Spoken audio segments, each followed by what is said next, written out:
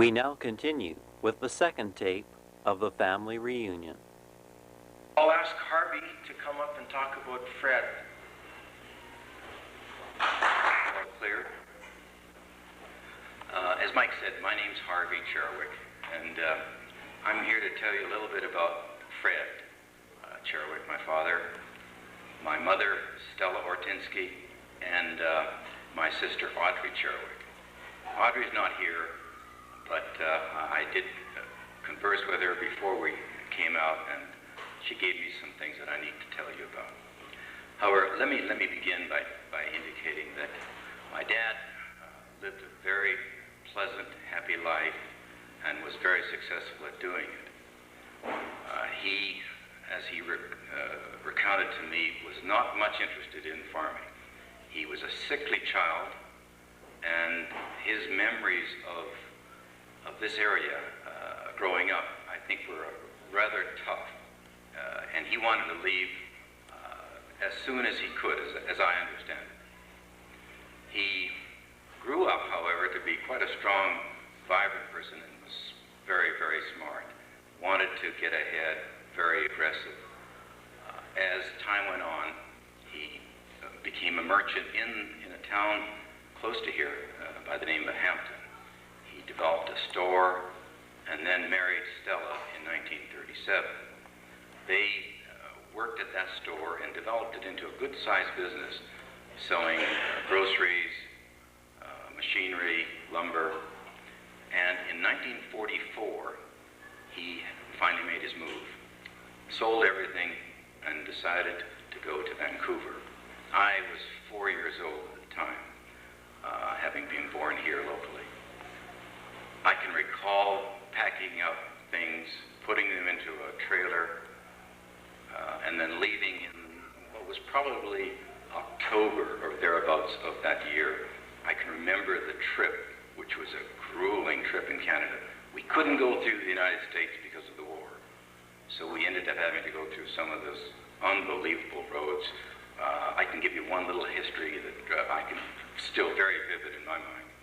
Traveling up an incline on some road that had been designated as a direction, stopping, and then having to back down this car and a trailer down this road with my mother, my aunt, and my sister, and I outside trying to direct this trailer going down this hill. It was a frightening trip.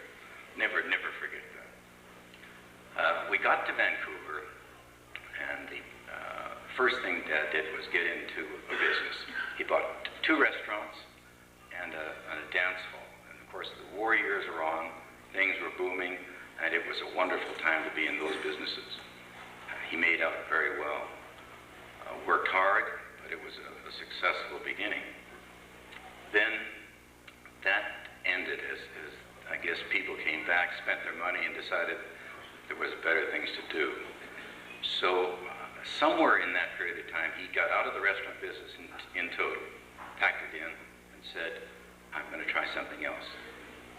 I've never been fully clear as to how the whole thing developed, but he joined Pete in the machine shop in North Vancouver. You heard about that earlier. The two of them then decided that it was a new business was needed, and the machine shop was going to be the basis for it. In Vancouver, in those years, heat was provided by burning sawdust. It was cheap. It was an available resource, and the way it would work was there would be a truck drive up to your home. Men would carry sawdust in on their backs, put it in your basement, and you would burn it at night and keep your home warm. Pete and Fred looked at that, as I now recall it and understand it, and decided that that was a pretty silly way to do things, and that there was an opportunity to make some money. So they observed that other people were blowing insulation into the attics of homes at the same time as men would be hauling very heavy sacks full of sawdust into the basements. They put 2 and 2 together. They rented a machine to blow insulation into the homes, and I can recall watching the two of them, and I think there were others, experimenting in our basement for months on end. That led to the patents that were discussed earlier by Keith. These patents related to really a generic type of equipment, which was to pneumatically convey, that's by blowing in a small tube, granular materials like sawdust. And so they revolutionized that delivery system in the Vancouver area. That then became a major business nationally in the United States and Canada. That was a very successful business, and quite frankly, I don't know the particulars of how Pete and Fred separated. I know very well that there was a very bitter fight, and a lot of those further details are simply not clear to me, and I was never able to dredge them out of my dad. But he ended up running the business, and Pete did some other things. I was very sorry to see that, because Pete was, to me, Uncle Pete, was the very nicest person that I can remember. He would come to our home during all those earlier years, and he had a special way of dealing with kids. He would have a chocolate bar with him, and he would find a place in the house to hide the chocolate bar. And then we knew, Audrey and I knew immediately when he was around, because we'd hear about the chocolate, and boy, we were hunting everywhere to find this lovely gift. Those were lovely years for us, and it was a sad thing, as I say, when they ended up in this fight. Dad's sickly childhood began to show up not very many years after that. He was about 40-something, and his heart problems developed. That pushed him into selling his business to some employees, which was an uncomfortable end to that business. It was a sad end to it, because it led to years and years of litigation and hundreds of thousands of dollars in legal bills fighting the result of that unfortunate move. That took a lot of the wind out of his sails. He was unhappy with that. And his health failed further. During those years, he ended up with detached retina and other things that just kept him out of doing anything. So he basically retired, and after the lawsuits were over, he retired to White Rock and built himself a comfortable home and lived there for many years. At the same time as all this was going on, I was living my life, and I was down in San Diego at that point, and he was anxious to do something. It was about 1976. I said, well, I would like to build a home. I never built a home, and he said, well, I know how to do that. So he hopped in a truck, they drove down, they sold the house, and they moved down into San Diego, and he actually built the first home that I've lived in, built myself, almost by hand. The two of us worked on it from about 77, well, for the year of 1977, I'd say. He died in 1979, a couple of years later, after I had built him a home, but they never had an opportunity to live in it. He was 70 years old when he died. My mom worked in the store with him in Stella's grocery store in Hampton for the years they were there. She was his sidekick, companion all those other years, and looked after the family and whatnot. And she died in 1988 at the age of 75. Audrey and I both got college educated. I've been living in a variety of places over those years, the last few years. And Audrey and I both were married. I married a lady from France, Sylvie Dubuisson. She's known mostly by her preferred name, Veronique. We have two children, Randolph and Delphine. Delphine is here with us today. Randolph and I are in business together now, and he unfortunately couldn't come because we needed enough money to get here, and he's doing it, he's making it. Audrey married a Danish gentleman by the name of Frank Hunes. They have two children as well. and they send their love to all of you. They're very sorry they couldn't come, but Frank had to change jobs just recently and felt that it was simply inappropriate to ask for a vacation 2 weeks after he started a new job. We are really pleased to be here, and it was wonderful to find that we had so many relatives that we actually didn't know about. We're offering you an open house welcome to come and see us in the Seattle area. At any time you're there, we have a nice big home, and we're not in the phone book, so make sure before you come that you get our address and a telephone number, because it would be difficult otherwise. I'm also asked to offer you that same invitation to go and visit Audrey and her husband Frank in Richmond. They live in Richmond, British Columbia, which is close to Vancouver. Thanks for your attention.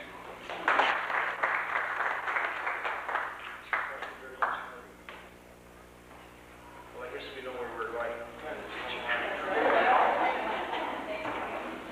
Bill Cherwick, there's nobody here from Bill's family either, I don't think. No. Bill also passed away a few years ago, I'm not sure. Grandpa? Loretta? Plume. I say that I'll be talking mainly about Mother Nellie, because all 5 of the kids are here. There's Mary and Fred from Vancouver. They're here, some of their family. Hope and Jack from Saskatoon and their family, and Bill and Susie from Yellow Creek, and myself and Ed and some of our family are here, and so is Victoria and Morris and there. So if you want to know anything about us, you'll have to ask us. We'll be happy to tell you. But I'm going to talk about Mother, except I'm going to take a quick break and tell you that my roots, my original roots, started right here. Like I said, half a mile from where Baba lived. Aunt Alec was teaching school, finishing up a term in Yellow Creek when Mother was expecting me 58 years ago. And Mother wasn't very well, so Aunt Alec convinced Dad that she should come back to Mazapa to have the baby, and so the 3 children came, Mary, Hope, and Bill. And on July 27th, on a very hot day, Mother went into labor. She had been ironing Uncle Bill's pants, she said that day. You know, those ironing days meant the hot stove and all. Anyway, I was giving them a very difficult time, coming breech, and Baba was a very successful midwife, but I understand she sent Aunt Alec, and this is from Aunt Alec herself, she told us, on a bicycle to go and phone a doctor, and she said she nearly died. You know, riding the bicycle on a hot day, very fast and worried. But by the time she got back, I was born, and Mother was okay, and Baba was okay too. So my roots are here. Nellie was born on April 1st, 1902. Her birth certificate shows that her name is Nastasia, born in Manifold, Northwest Territories. From stories Mother told us about her life as a youth, we conclude that she was a healthy, very healthy young person, adapted to needs of the farm life, and developed a very confident attitude about life. Helping with housework and outside work with her brothers was done with enthusiasm. Her capabilities and availability meant that she would go to the homes of her sisters Aunt Mary and Aunt Sanny to help them out when they were first married and starting to have their own families. A keen desire for knowledge and the love of learning happened during her 3 summers of formal schooling. She continued learning, though, and especially when we kids went to school independently. She learned by reading, and she, in the end, watched television, and that was another source of her learning. She was 18 years old when the flu of the 1920s swept the country.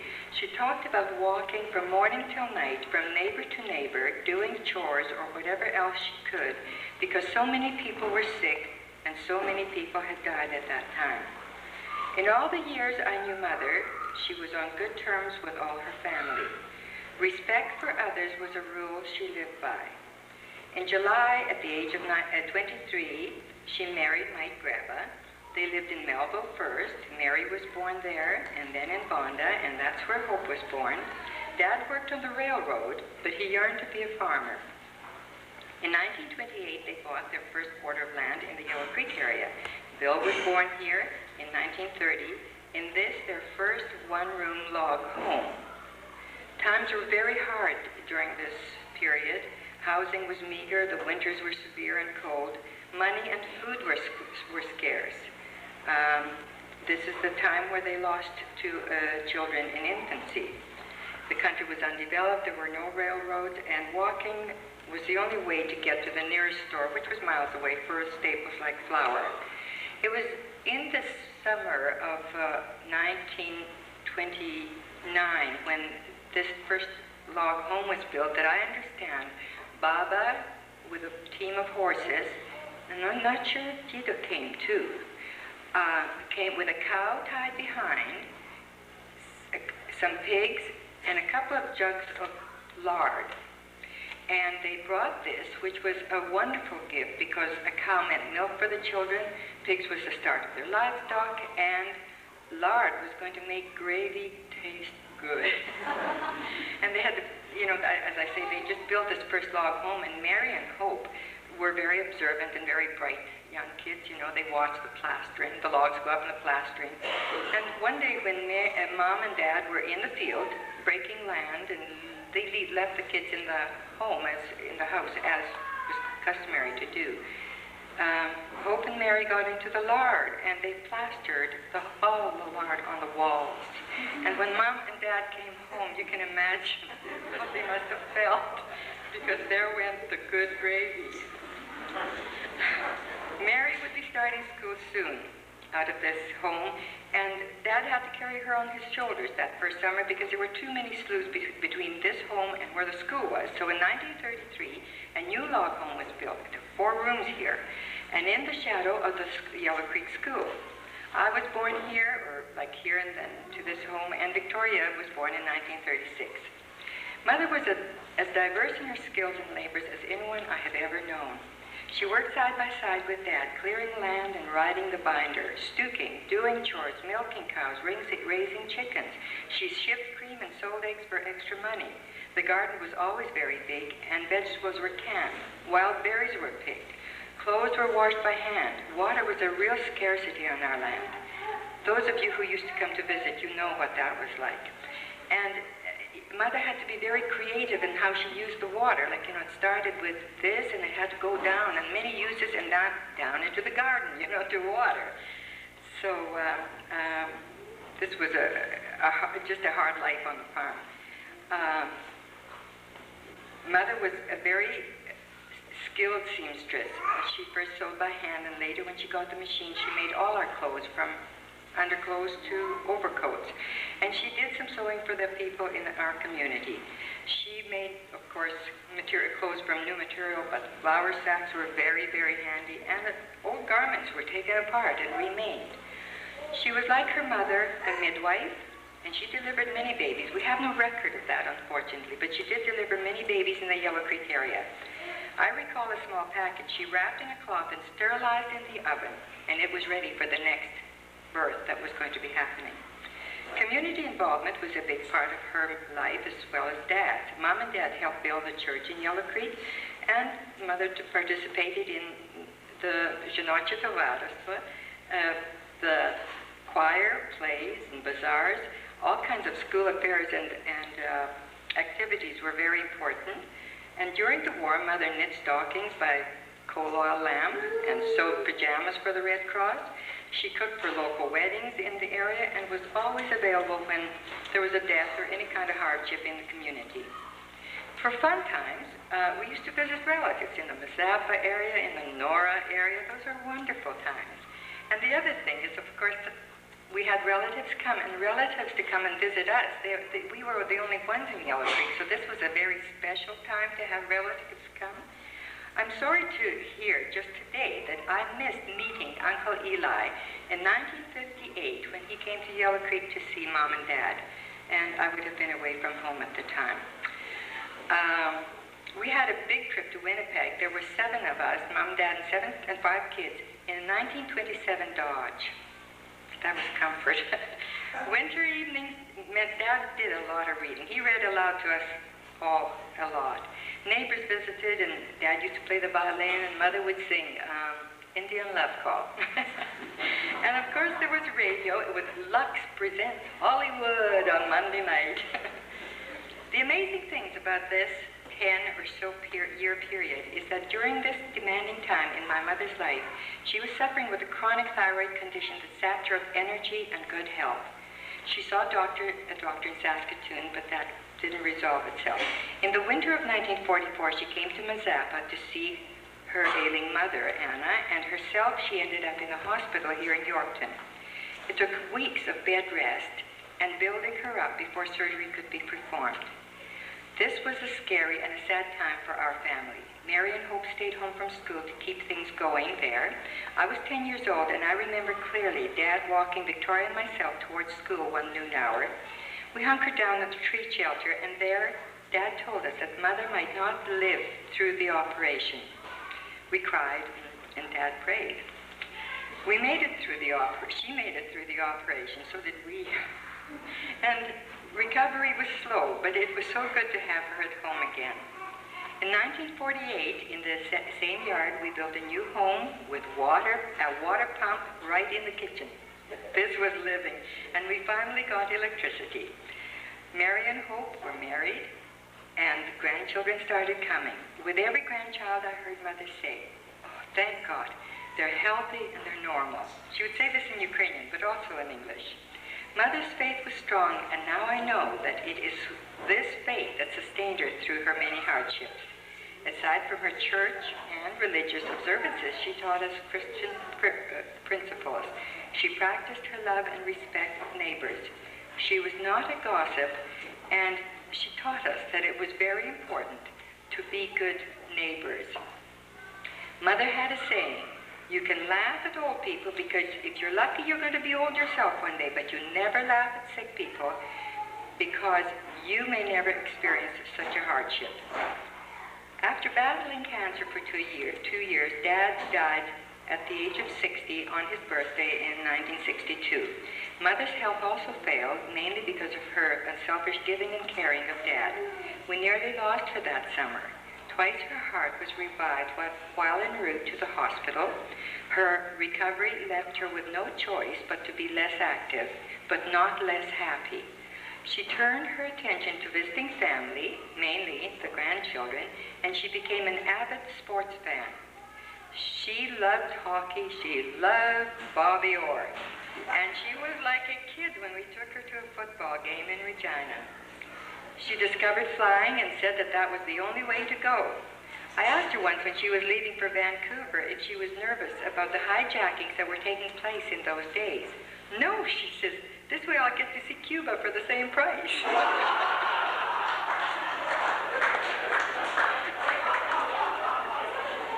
Mother lived for 12 years after Dad died, and many times she referred to those years as God's gift to her. In 1973, Mother was in Vancouver when she became very sick. Her heart had been damaged during the years of the thyroid condition, and now it was failing.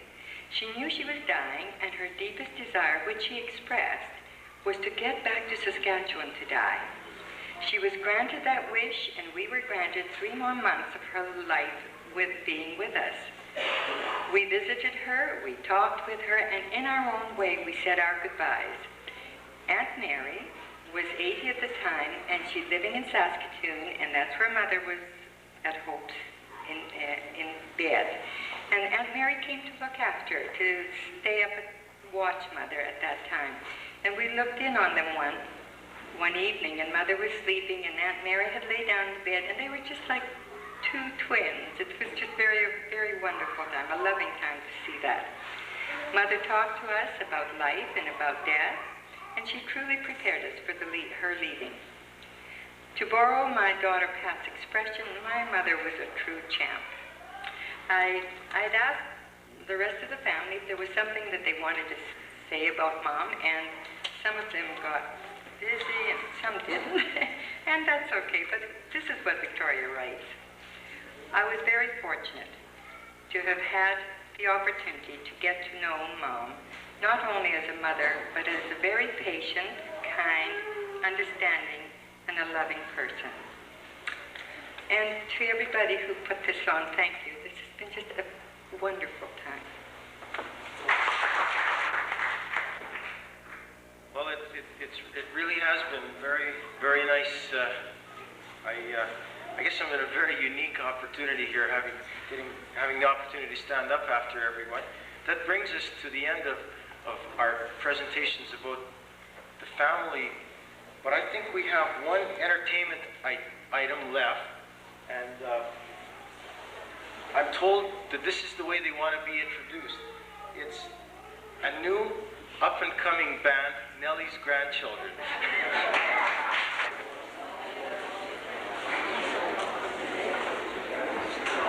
Originally, it was just supposed to be Bobby and Jeff, but as I was talking to them earlier today, they decided that it would be a good idea to have more of the grandchildren involved, so that's where this all came from. Comes a time when you're drifting. Comes a time when you settle down. Comes a life begins lifting. Lift that baby right up off the ground. Oh.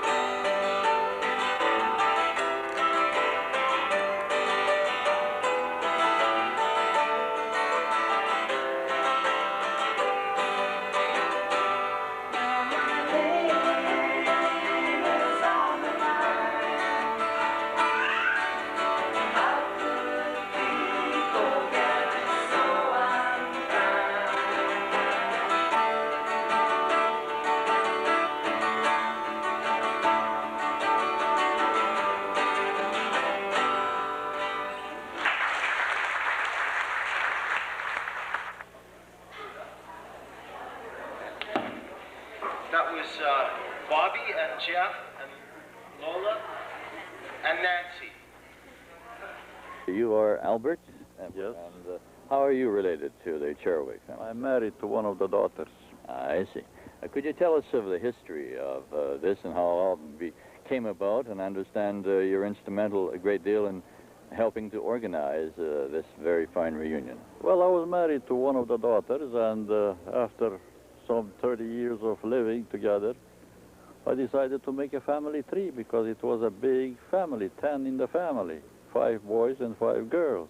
I married to one of the girls, and I started, and it was a big job to get all the information from all the brothers and sisters. So finally I got it together, and I sold few of them, not because I needed the money, but because somebody wanted some. And then I went, and it was 7 or 8 years old already, right from now. So I decided to make one more and call it 100 years. You made this book yourself. And this is what I made it, not really myself. I had help from my wife and kids. And then I thought that maybe I made a commitment that this is non-negotiable. You cannot change because it definitely says 1886 to 1986. So you can't change nothing, you can't add anything. And I think if all the people that are here, and if there is any additions, of course, naturally, then they should put it on this blank. And in the next 100 years or so, they'll come around, and somebody, you know, some place will say, well, let's put this together again. And of course, as you saw yesterday, it was a big crowd, so there is no room for that. And this is not made for additions. It definitely says in here, so you can't add nothing. So in other words, this is non-negotiable. How did this all come about? Now, I'd say going back in way back in the 1900s. Well, I thought that maybe the best thing is to start these people in Canada and touch nothing of the old country. Because we could not get, there is nobody living in the old country anymore of Cherwick's family. My brother-in-law Pete and his wife, he made a trip and he found nothing. He went to the village and there was, nobody was alive anymore. The wars went over so many times. So, so I decided to start right from when they came, when they landed in Canada. And they they came by train to Yorkton, which was the end of the railway line. And they stayed in Yorkton for 3 days, organizing themselves. And then the railway companies and the government, they took them and a few other families all the way to about 30 miles to the homestead. And they were dumped in the middle of nowhere. And the teamsters that brought them in, they fed the horses, rested them, and the boys took off back to Yorkton for home and left these people all by themselves. So John and Anna, they had to get busy. So John, he dug the little pit, put some rafters on, dirt, and they stayed in there for a couple months, and then he moved couple 100 yards away from there because there was a steep hill, and he dug it and they stayed there for 3 winters, I think, until John finally decided and had the time, and he built a log house with 2 big rooms, and it just burned down I don't know, a couple years after we were married, yes. So they had to build a new one, and finally we moved in, and they were our parents. And I went, and when they both died, we left the homestead and went into city life because I was allergic to all the greens and all the pollutions. What city was that, sir? We In York? First we went to Regina. And we stayed in Regina for a number of years. I had different work, but remember, I came out of the farm, so I had no trade, really trade. So and I went into electrical business, not business, but work. And I stayed there for what? We stayed there for 12 years in Regina, and everything was frozen. There was no more jobs, no more electrical work to do, so we decided, oh heck, let's go to Toronto. And we are in Toronto ever since. Okay. Well, my name was Patricia Cherwick. Well, I know that when the church was building, we were quite a big part in it, you know. I mean, all of my brother Mike, he was mixing the cement the whole day. There were no mixers, and you know, for the church foundation. That's the church over here in Mazeppa.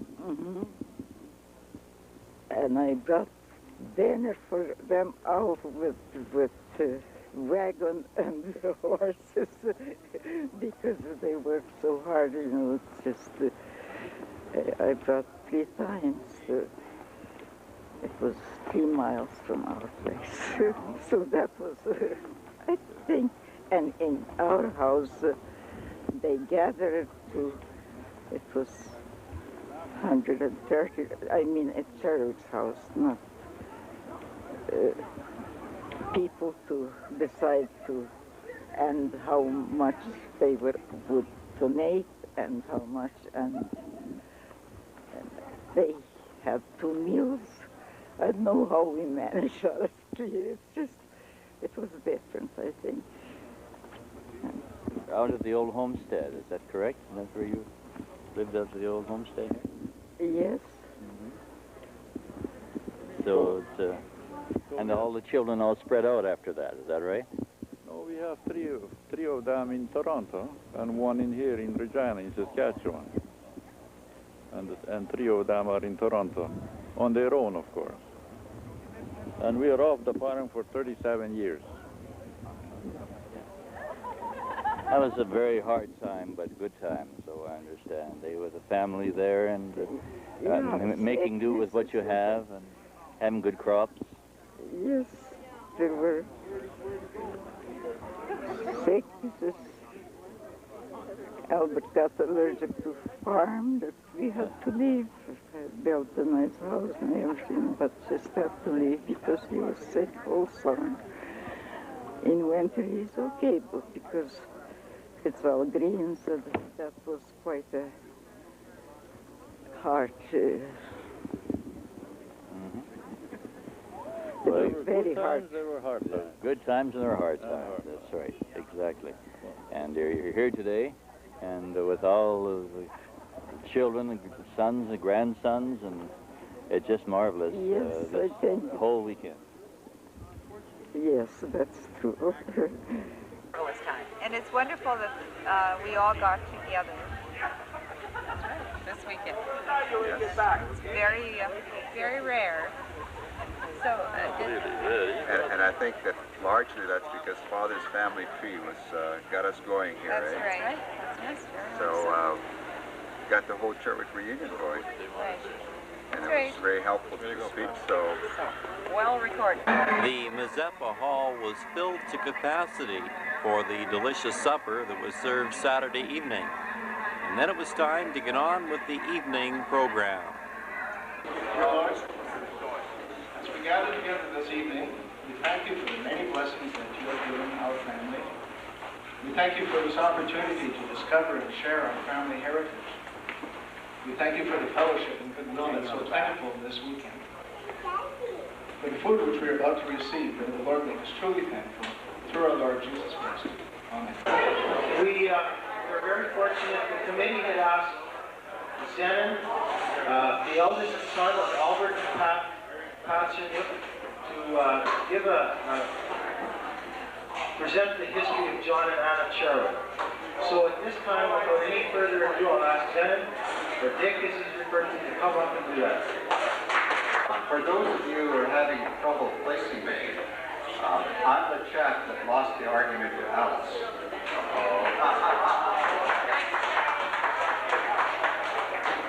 And having listened to her for half an hour, I'm sure you'd understand why. I apologize if I look a bit formal with this suit, but Sonia told me that I definitely had to bring a suit, and I had to wear a suit when I was making the speech, so I would never sort of go against the wishes of my sister. So that, for that particular point. I guess I was really delighted to hear about the Sherwick reunion when I first learned of it. Aside from anything else, it would give me sort of the opportunity to come back and visit you again. I did live here at one time and left, and it was almost 28 years ago that I left, and a lot of this changed in 28 years. I guess everything here looks very different. Some of the people look a little different. I guess maybe even I look a little different. I was reminded of that by my eldest son, who was giving me all this advice before I was leaving him away. And he said, "Dad, no matter what," he says, "make sure you wear a name tag." And I said, "Why should I wear a name tag?" He says, "Well, the people probably remember you with hair." And besides, he says, those that do recognize you won't know what to do with this Zenon and Vic stuff, so you better help them along with the name. But I'm not really here to reminisce about things that I've seen as changes. I'm here to say a couple things about two rather remarkable people, John and Anna Sherwick.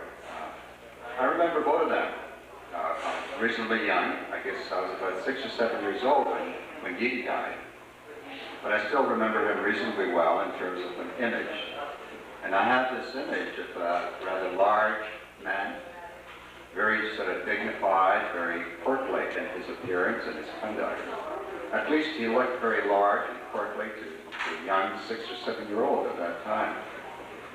A couple things I remember about him. One is he had a tobacco hobby, I guess it was. You would call it maybe a tobacco habit now, but back in those days, smoking was no great sin. But Gigi wouldn't just smoke on the basis of sort of going to a store and buying tobacco. He raised his own.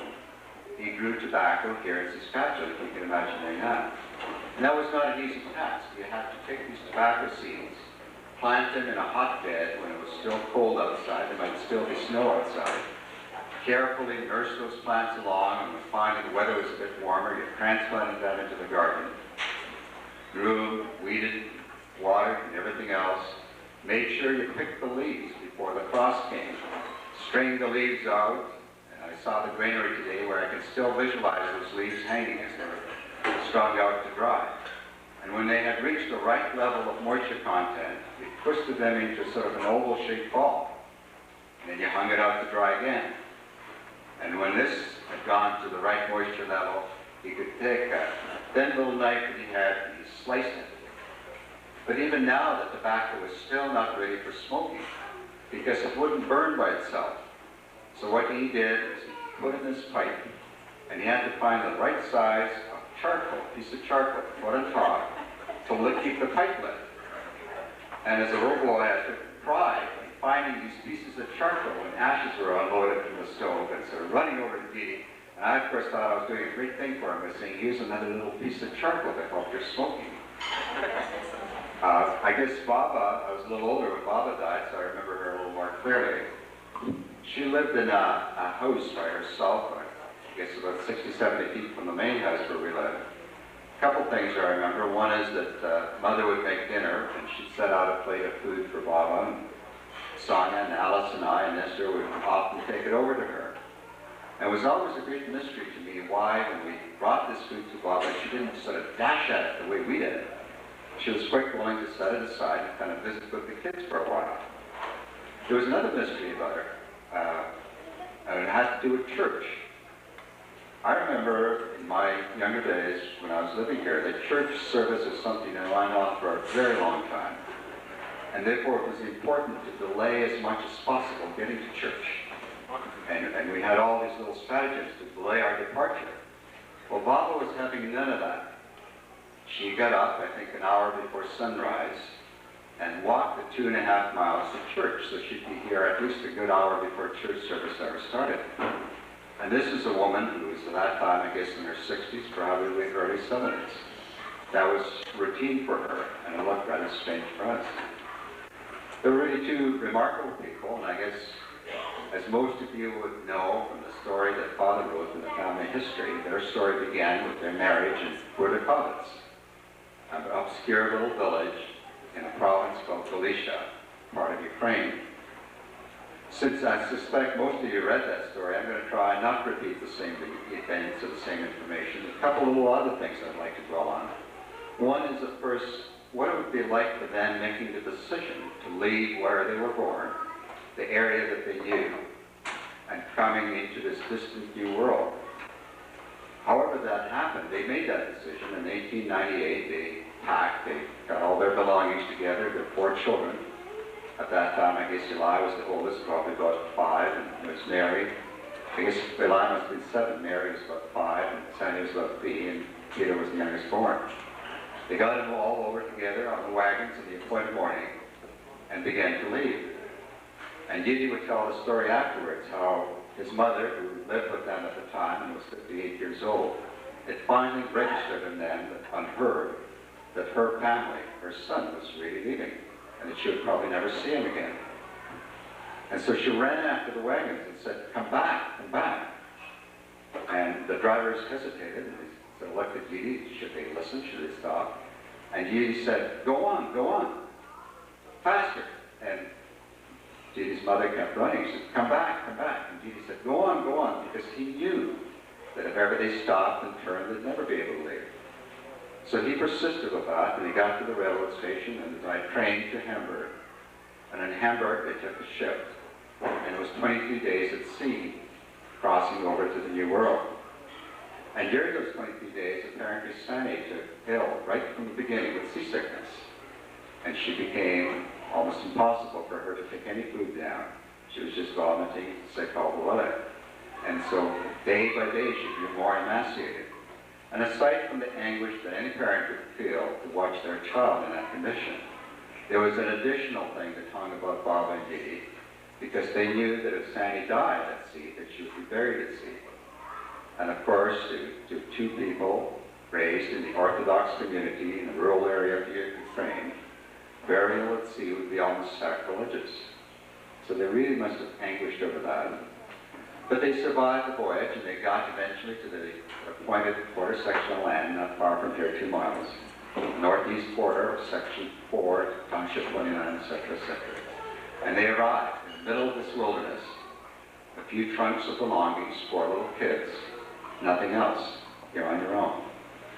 And aside from the difficulty of building a shelter and clearing the land and everything else, the part that always sort of registers on me is that I remember full well how ferocious the mosquitoes can be in Saskatchewan in April and May.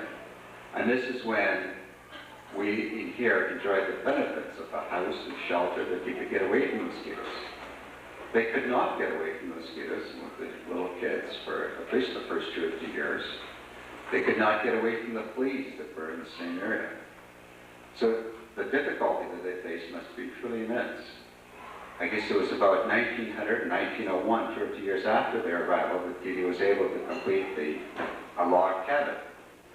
I can't imagine it being more than maybe the size of this stage, in total size. And it was subdivided into 2 rooms. And each of those 2 rooms lived a family of 10 kids in total.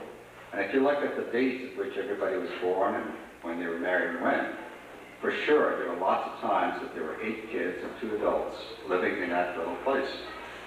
And I asked Mother, in terms of preparing these remarks, I said, did you feel proud of her? She said, well, no, that's how things were. They had that capacity to live with difficulty, with extreme problems. They had to work hard. One of the things that Didi did is he walked to Swan River. And I guess Swan River is what, 60, 70 miles from here? And it was a good walk. And he walked over there because he could get cash work at harvest time. And then he came back and the harvesting was over with some cash. But he never walked back empty-handed. He always brought something back. One trip back, he brought a bunch of sapling maples. Must have weighed quite a few pounds, but he carried them back and planted the maples around the cottage, the cabin.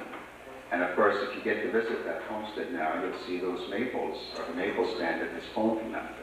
Another time he brought back a heavy sandstone piece, a flat rock, that once weighed close to 100 pounds.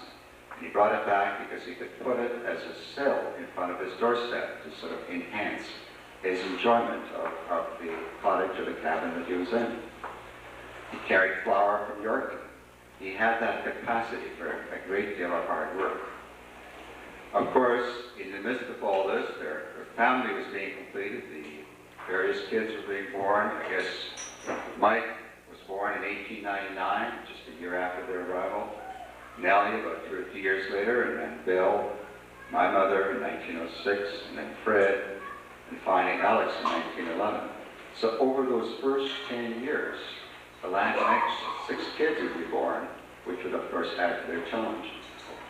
Baba, of course, pulled her weight. A couple of terrific stories about her. She was sort of a midwife in the area, and sort of widely recognized for that. About 2 or 3 years after they arrived, she had just given birth to one of her own children.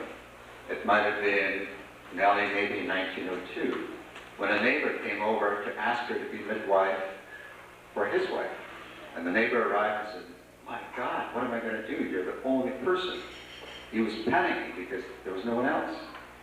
And Baba said, just a minute, just cool it. She waited a little bit, and she nursed her own newborn child, and within the hour she'd get up and said, "Okay, let's go." And she walked, I guess, a mile and a half or thereabouts, to work as a midwife at the next birth. She had that sort of capacity, that perseverance, that ability to work. But nevertheless, it must have been a very difficult time for them in establishing their home. But I guess if you look at that difficulty, you have to sort of compare it to what was happening to the area that they had left. And that was that little village, Budakhovets, in the province of Galicia. In 1898, Galicia had sort of been, since it was in the crossroads of Europe, traded hands many times and went bounced back and forth from Poland to Russia. But 1898, it belonged to Austria. And the Austrian view was that Galicia was a colony that would supply it with food and would supply it with conscripts for the army. Nothing else really mattered. So as a consequence, Galicia was considered to be one of the poorest regions in Europe. And one of the facts that sort of illustrated that is that 50% of the children born in Galicia would die before age 5 as a consequence of that poverty. As I've said, a lot of the Galicians are conscripted into the Austrian army, and of course most of the Ukrainians belong to the Russian Tsar, who conscripted them into the Russian army. So when the First World War broke out, one had the, I guess, ironic situation of about 500,000 Ukrainians fighting on the Austrian side against about 3.5 million Ukrainians fighting as conscripts in the Russian army. And that would touch very personally upon Baba and Didi. Didi had a brother his name was Nikola, he was an officer in the Austrian army. And one day Didi would hear how Nikola and 4 of his sons all perished within a day in the same battle. Probably one of those hopeless cavalry charges against machine gun emplacements that characterized the First World War. The agony of the First World War came to an end, I guess, at the Eastern Front in 1917 when the Russian Tsar collapsed. But that turned into a worse agony because once the Russian rule disappeared, about 6 armies appeared in Ukraine to fight over what was going to happen. There was a Polish army, a couple of Ukrainian armies, the Bolshevik army, the White Russian army, the Allied army, and they all fought back and forth for about 6 years until finally they had all exhausted themselves. And Galicia at that time was transferred over to Polish rule. So if they were having a hard time in the New World in terms of getting established, what they had left behind was not all that promising. But the hard time in the New World gave rise to the exciting 1920s. And in the 1920s, there was more land that had been cleared so they could raise more crops. There was good prices for those crops. There was a reasonable degree of prosperity. I guess one of the stories I heard is about Baba going to Rhine to buy some groceries. And she encounters a fur merchant in Rhine in the middle of the summer. And I guess feeling reasonably prosperous, she listens to him and ends up buying 2 fur coats for $100, I believe, simply because it was such a good deal. And she brings the fur coats back, and She thought Nellie would really love him, but Nellie didn't really like him that much. He didn't really wear it, but it didn't really matter. 1920s, it was good prosperity, good times. Dee Dee would build a great new barn. I guess Eli was sort of the head carpenter in that job. Kind of a new high water mark in the neighborhood. Apparently Bill Sherwick, who I guess his family is represented here, somewhere in the mid-1920s would buy the first car for the Sherwicks, a Grand Touring McLaughlin. It must have been quite a car, because the story is mentioned about the most important use of that car was for Bill and his friend Tricky Cinco to go to a dance in Rhyme every Saturday night, and along the way they'd pick up their dates or girls and bring them back. Well, the car consumed so much gas that they would fill it up to the brim before they set it out. Always enough, so they had to strap on a 5-gallon tank to the back bumper to sort of go along with this car and get them over there. But those are good times, I guess, for the Sherwicks in the 1920s. They didn't last very long. It came to the 1930s and the Depression and all the drought and the crop failures that ensued from that. And so it turned very suddenly for them, I guess. And that was the time that the Sherwick family was really coming to maturity, because that's the time that all the rest of the kids were off and getting married. I guess Bill got married in 1931, and Bill would sort of live in that area for a couple of years, go on and become quite a distinguished agricultural scientist. He and his family, Anna, gave birth to 2 kids, Boris, Modest, and Sonia. Boris died in an Air Force training accident, I guess, a few years ago. And Modest, I believe, lives in Winnipeg, as far as I know, and so does Sonia. They're the ones who are represented here. But Bill was married in 31, Mike in 33, Alec in 35, my mother in 36, and Fred completed this process. We're also getting married in 36. So within a very short span of time, the whole family was off and married. And one of the things that apparently was very important to Bob and Dee Dee, that in fact had driven them in their lives, is that they wanted to impart to each of their male heirs a quarter section of land. They sort of let the male heirs, at that time I guess, had the predominant attention, start life a little easier than what they did. And this all had to be done during the terrible 1930s, and somehow or other they did that. They did give a quarter section of land to Mike and to Bill, probably the cash equivalent to Peter and Eli, and certainly helped Fred with his schooling and his initial business ventures. So they delivered that despite all of the difficulties that they were having. But if there were difficulties in Canada in the 1930s, the area that they had left behind was not faring all that much better. As I said before, Galicia had been transferred over to Poland at the conclusion of the First World War. And Poland took a different approach. They said, we want to make Galicia a Polish province, which I guess is the way most countries thought at that time. And so they started with the kind of the absolute oppression, if anything, Ukrainian, schools, sports, literature, whatever. Dee Dee had a sister that still had lived in Galicia at the time. The sister's name was Anna, and she and 5 of her children were at home one night when a group of Polish soldiers came in and searched the place. And they found contraband. They found a couple of Ukrainian books. So the penalty was immediate. The 5 children were shot in front of the mother. The mother was left to sort of tell the story to the rest of the community so that the proper lessons and inferences could be drawn. Following that, of course, in 1939, Hitler and Stalin made their famous agreement. They partitioned Poland, and they said that the western part of Poland would become part of Germany, the eastern part of Poland, which is Russia, would become part of Soviet Union. And Stalin started off by deporting about 400,000 people to Siberian camps just to show them who was boss.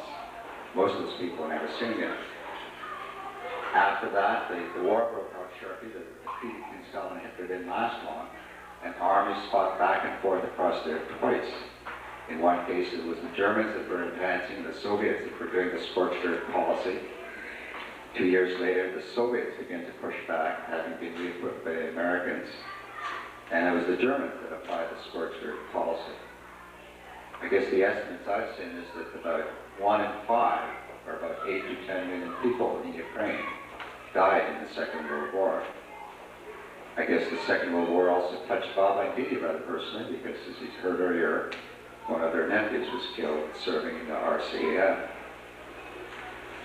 But the Second World War also marked another transition. I guess Didi at this time was in his 70s.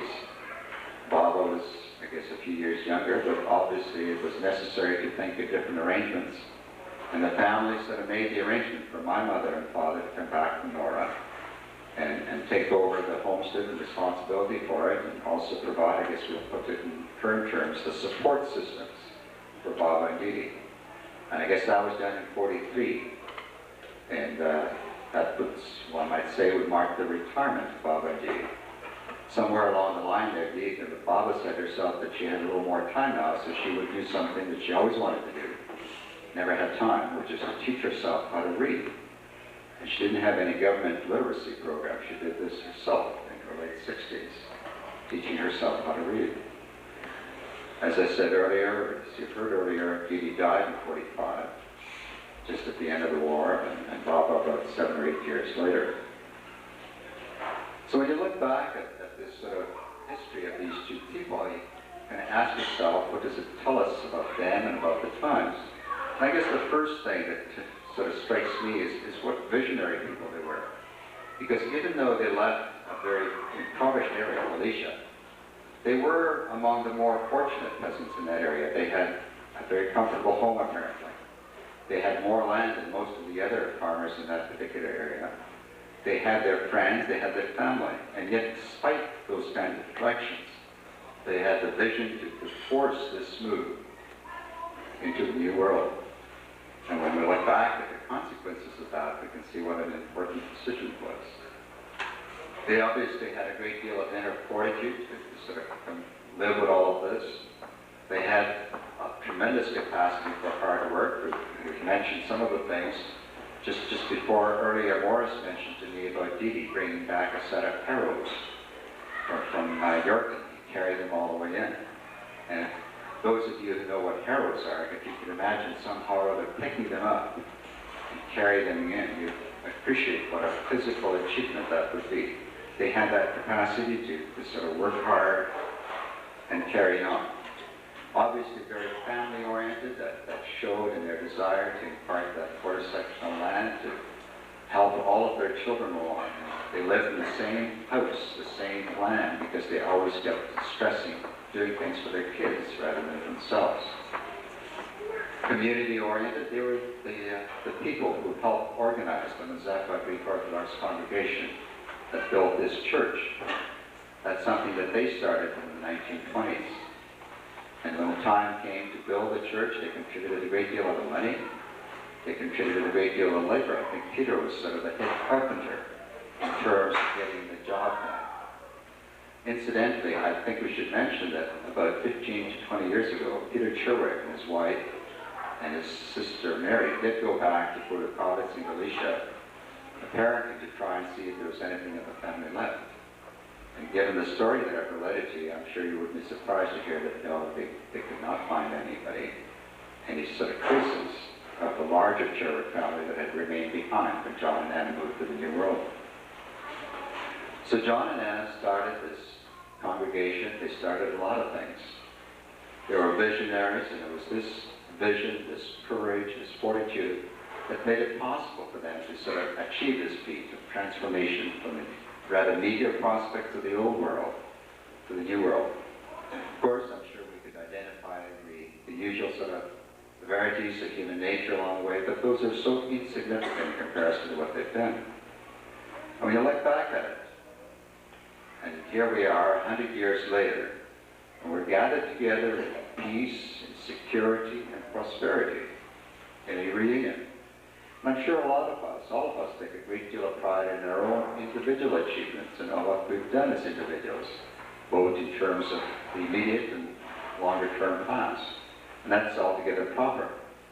But if you really stop and think about it, I think one has to admit that what Baba and Didi did is far more important towards our good fortune today than anything that we ourselves may have done.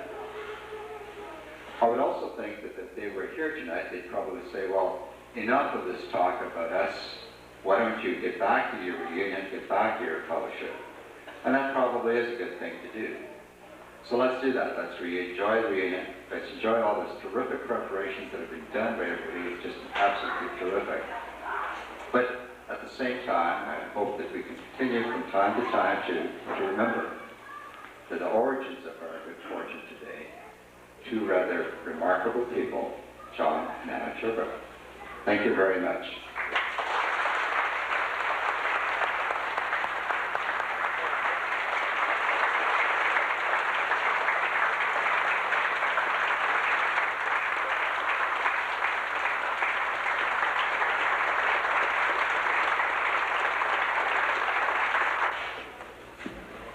Thank you, Mike.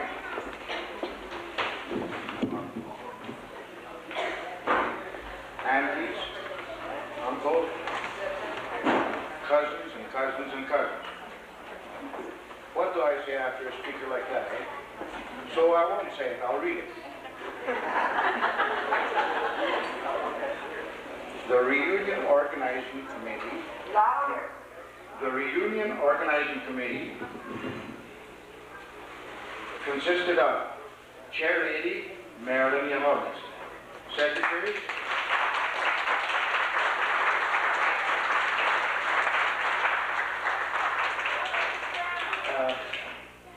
at this point, I please ask you to withhold your applause till the end. Then it'll include everyone in one crowd, so to say. Please. Secretary Joanne Zavostak. No. Zavostak. Pardon me. Treasurer John Yahoninski. Jack and Alice Cowell. Pauline Netka. Julia Nordness. Audrey Yahoninski. Hal and Nick Kozushka. Hope Wansley. Louis Zavislak. Sonia and Stuart Cameron. Orest and Sylvia Yahoninski. Orest and Donna Makoski.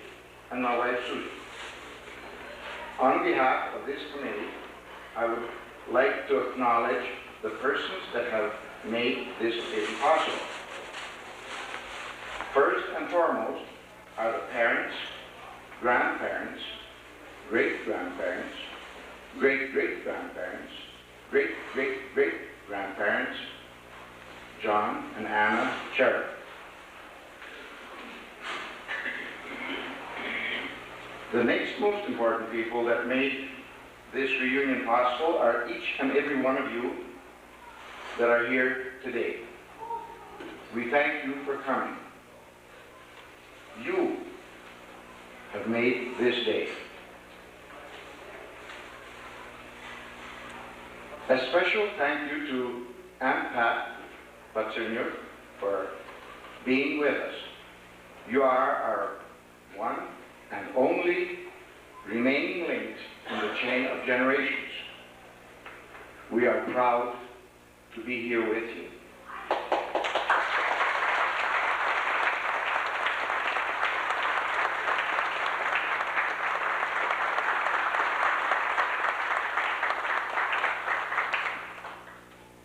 We also appreciate the fact that many of you have traveled far to meet with close relatives. Hopefully, you will become even closer through acquaintance. By your presence, you have made a most generous contribution to this event. We thank Zenon for his most interesting and informative presentation of the history of the first chapter. It was enlightening and sort of touching base with most of the second generation members through the brief histories that were presented this afternoon. We thank all of those speakers. I'm sure most of you have seen or can just turn and see the wheel of generations, I call it, or maybe we can call it a family wheel. For this beautiful piece of ingenuity and design, we thank Alice and Jack Cowell and Pauline Netka.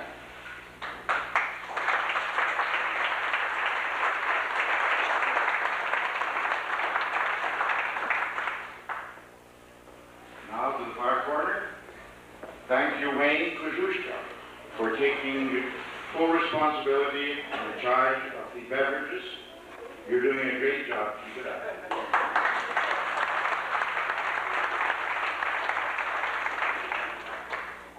Now, last but not least, we want to thank our MC, Michael, for his great effort and confidence. Thank you, Michael.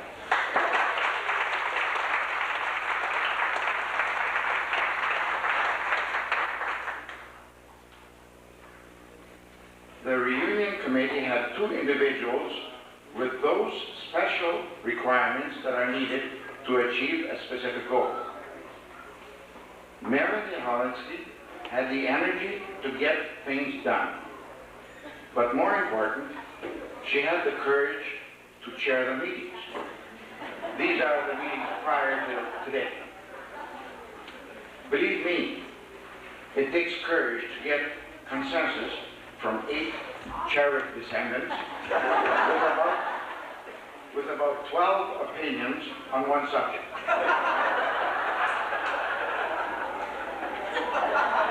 A job well done, Marilyn. You are a great lady.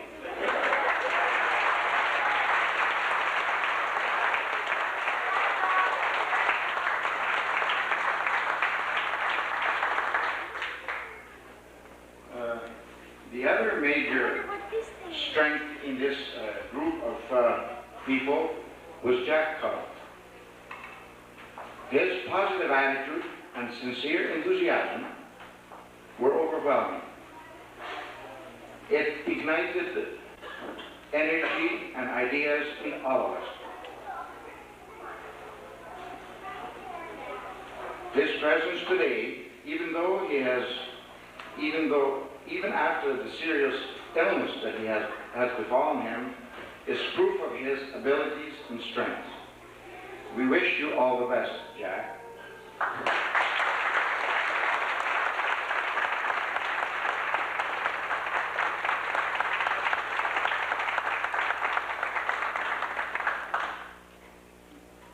Thanks to all that have helped in any way, shape, or form. On a more personal note, I'd like to express my appreciation for having had the privilege of being part of the group that got together several times to decide, to agree, to disagree, to do this, to do that, but always with a positive attitude, enthusiasm, cooperation, and with only one thing in mind: reunion.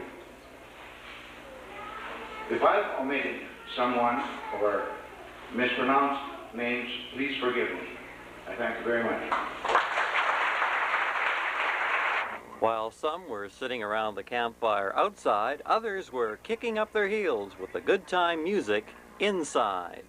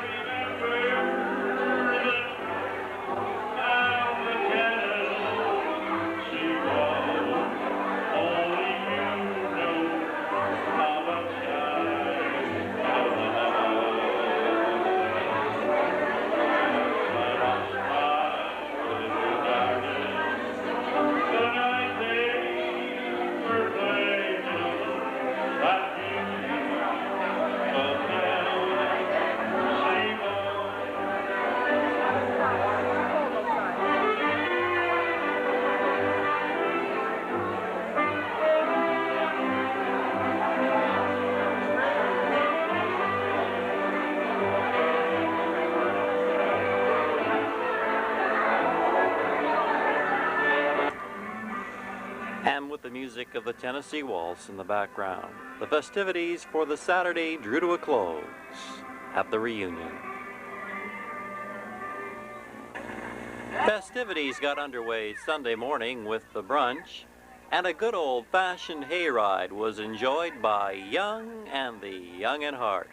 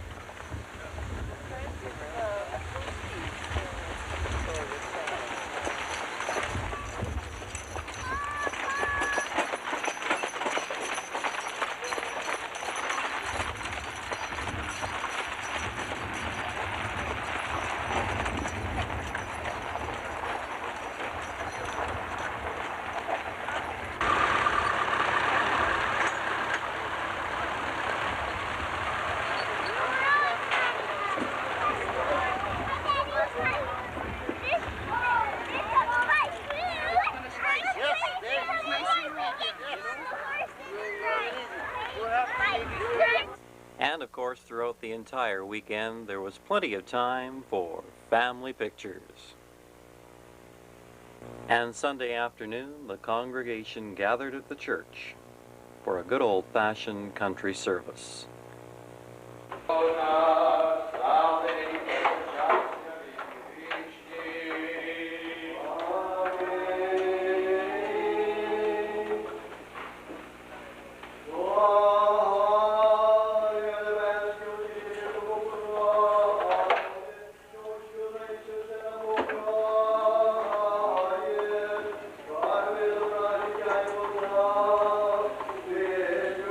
Deus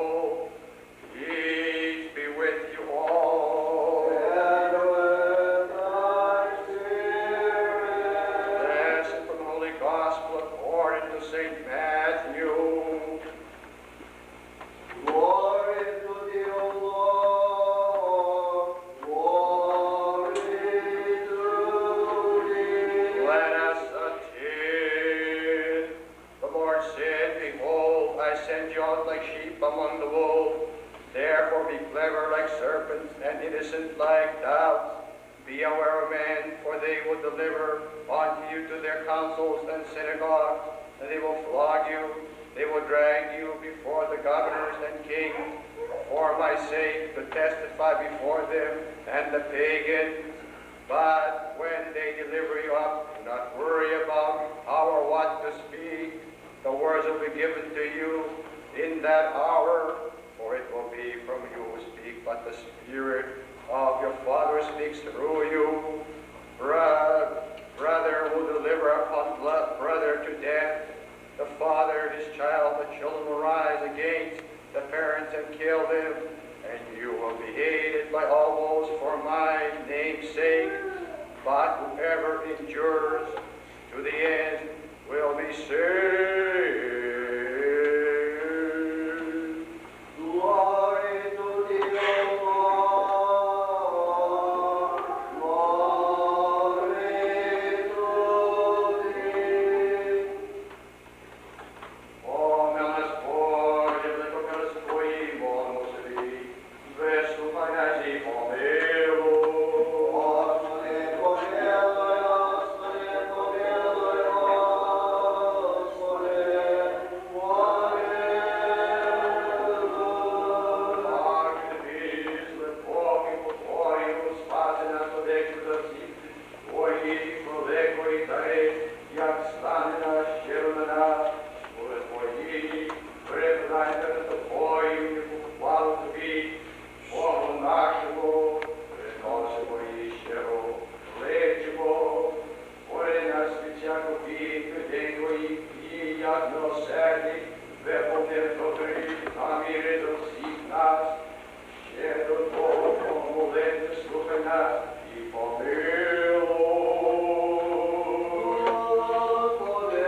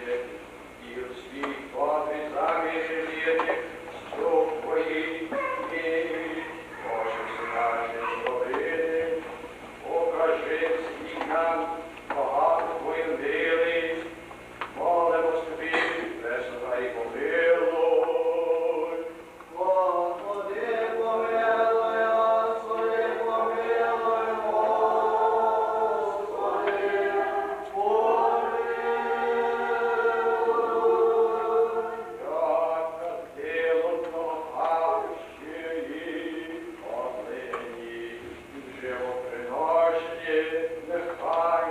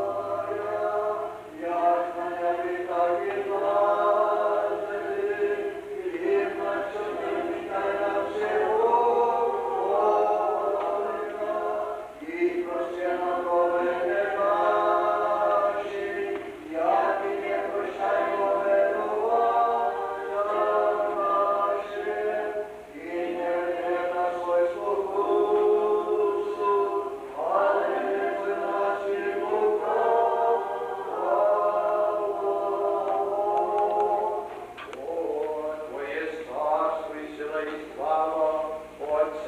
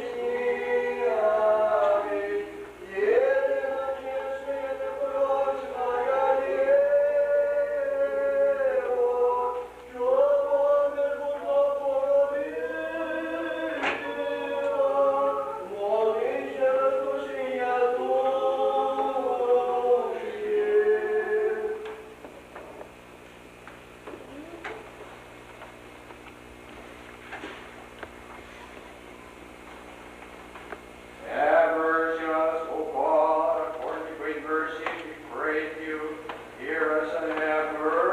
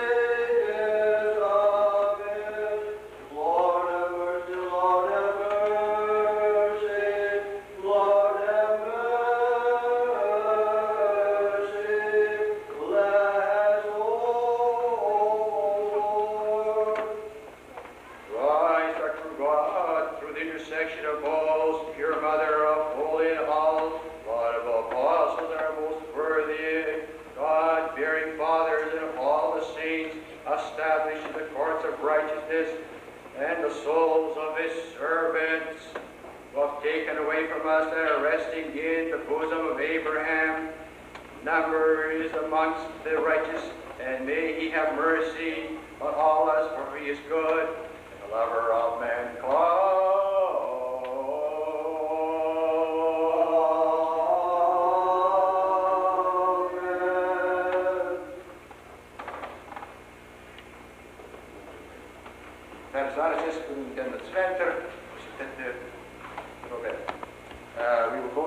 cemetery, and we will give blessings and praise. Благословен Бог нас, завжди нині повсякчас, і на віки вічні. Amen. Mercy us, O God, according to your great mercy, we pray to you, hear us, and have mercy.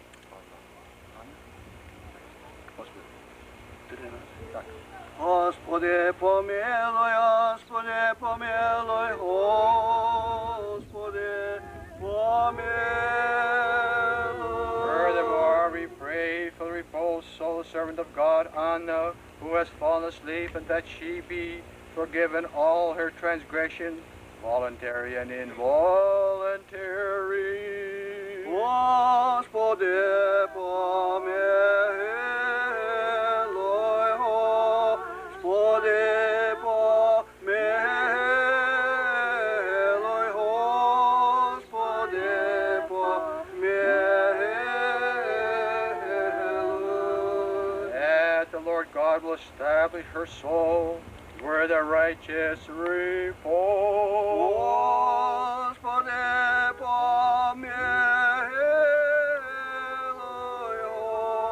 Господи, помилуй, Господи, помилуй. Mercy of God, the kingdom of heaven, the forgiveness of her sin, let us ask of Christ, the immortal King and our God. Grant this, O Lord. Let us pray to the Lord. Lord, have mercy. For you are the resurrection of life and repose of your servant Anna, who has fallen asleep. O Christ God, and we offer glory to you together with your Father, who is without beginning, and to you all holy, good, and life-creating Spirit, now and ever, unto ages of ages. Amen. Glory to thee, O Christ God, our hope. Glory to thee. Glory to the Father, and to the Son, and to the Holy Spirit, now and ever, unto ages of ages. Amen. Lord have mercy, Lord have mercy, Lord have mercy.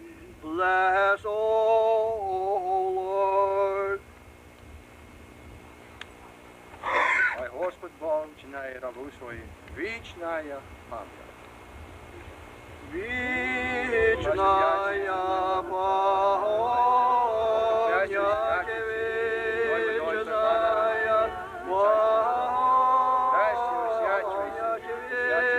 вечная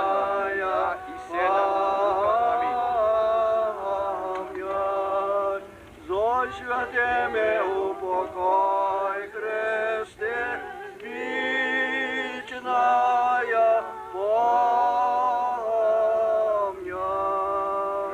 Christ, our true God, through the intercession of most pure Mother of holy and all laudable apostles of our most worthy God-bearing fathers and all the saints established in the course of righteousness, and the soul of his servant Anna, who's taken from us, who's resting in the bosom of Abraham, number it amongst the righteous, and the way he have mercy upon.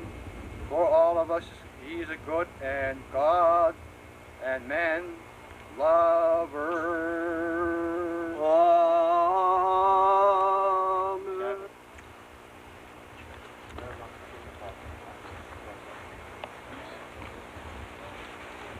Have mercy on us, O God, according to your great mercy. We pray to you, hear us, and have mercy.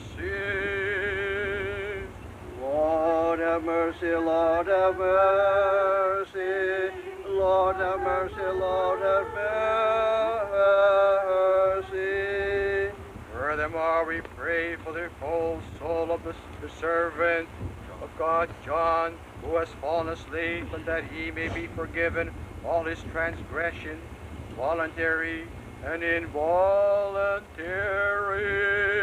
Lord have mercy, Lord have mercy.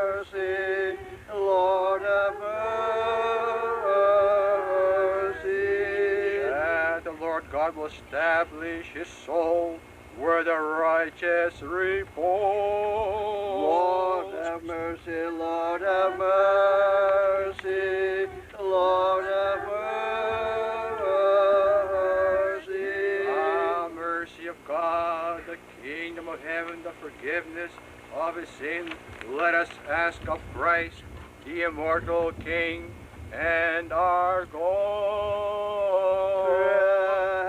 And this, O Lord. Let us pray to the Lord. Lord have mercy. For the intercession of life and the repose of your servant John, who has fallen asleep, O Christ God, and we offer glory to you together with your Father, who is without beginning, and to your all holy and good and life-creating Spirit, now and ever, unto ages of ages. Amen. Echai milosrdni Bog, раба свого Ивана, чинеть ему вечная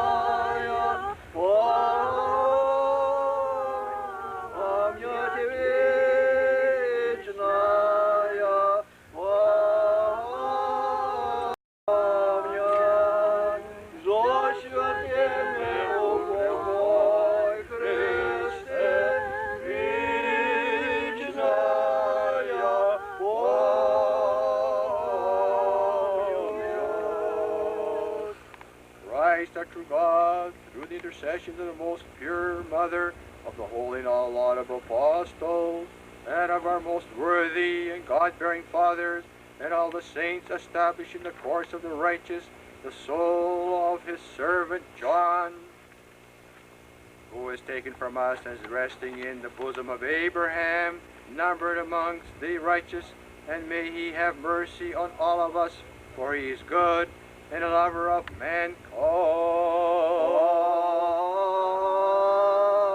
Amen. Same person.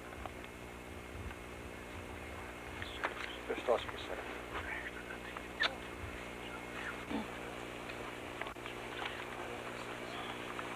Have mercy on us, O God. According to your great mercy, we pray to you, hear us and have mercy. Lord have mercy, Lord have mercy, Lord have mercy. Furthermore, we pray for the repose of the soul of the servants,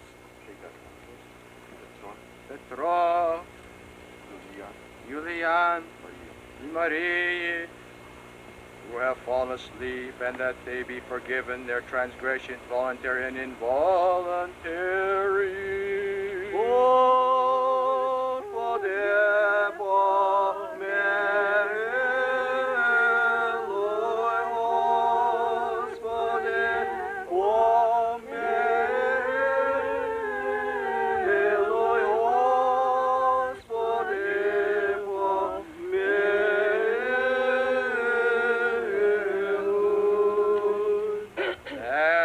God will establish their souls where the righteous repose.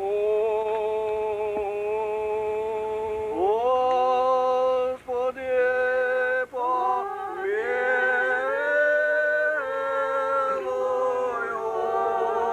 Господи, помилуй,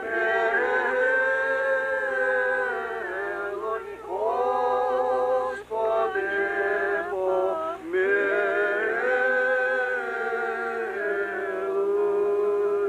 are the resurrection and the life and repose of your servant, Yvonne, Julian, Maria, who have fallen asleep. O Christ God, and we offer glory to you together with your Father, who is without beginning, and to all holy, good, and life-creating Spirit, now and ever, unto ages of ages. Amen. Glory to thee, O Christ, God our hope, glory to thee. Glory to the Father, and to the Son, and to the Holy Spirit, now and ever, unto ages of ages. Amen. Lord have mercy, Lord have mercy, Lord have mercy. Bless, O Lord. Милосердний Господь, вичини вічно пам'ять слуга свого Петра, вічини їм вічная пам'ять. Вечная пам'ять,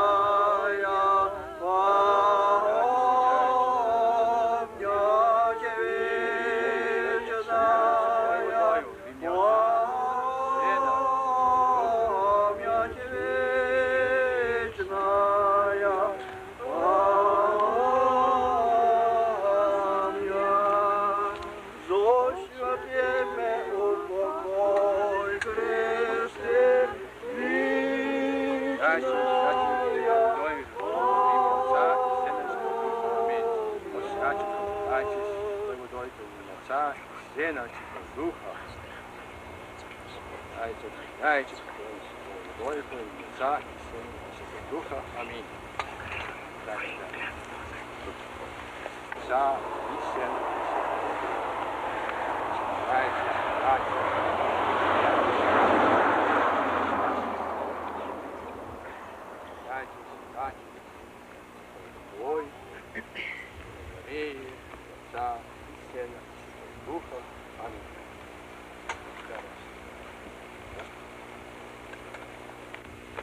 Christ, our true God, through the intercession of his most pure mother, of the holy and all laudable apostles of our most worthy, God-bearing fathers, and of all the saints established in the courts of righteousness, and the souls of his servants, Ellie, Mary, Peter, Fred, Bill, Sandy, Nellie, Alexandria, Mike, and Bill, who are taken from us and are resting in the bosom of Abraham, numbered among the righteousness, and may he have mercy on us, for he is good and a lover of mankind.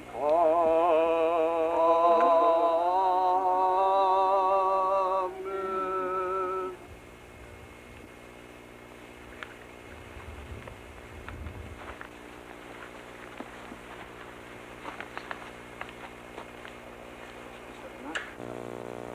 And to sum up the weekend, here's Marilyn. Well, it was really nice that so many people from such far distances took the time, and that is what it is taking the time, because if there is a sincere desire to attend or come, there is, no such thing as not being able to, so I'm really happy that everybody did come and took the time to come to this special event. It is our hope at Yorkton Video Systems that this tape will bring you many fond memories of a special weekend for years to come. We would be pleased to provide extra copies of this tape. Simply give us a call in Yorkton, Saskatchewan at area code 306-783-9648. The cost for shipping and handling included is $34. It is our pleasure to cover your very special event.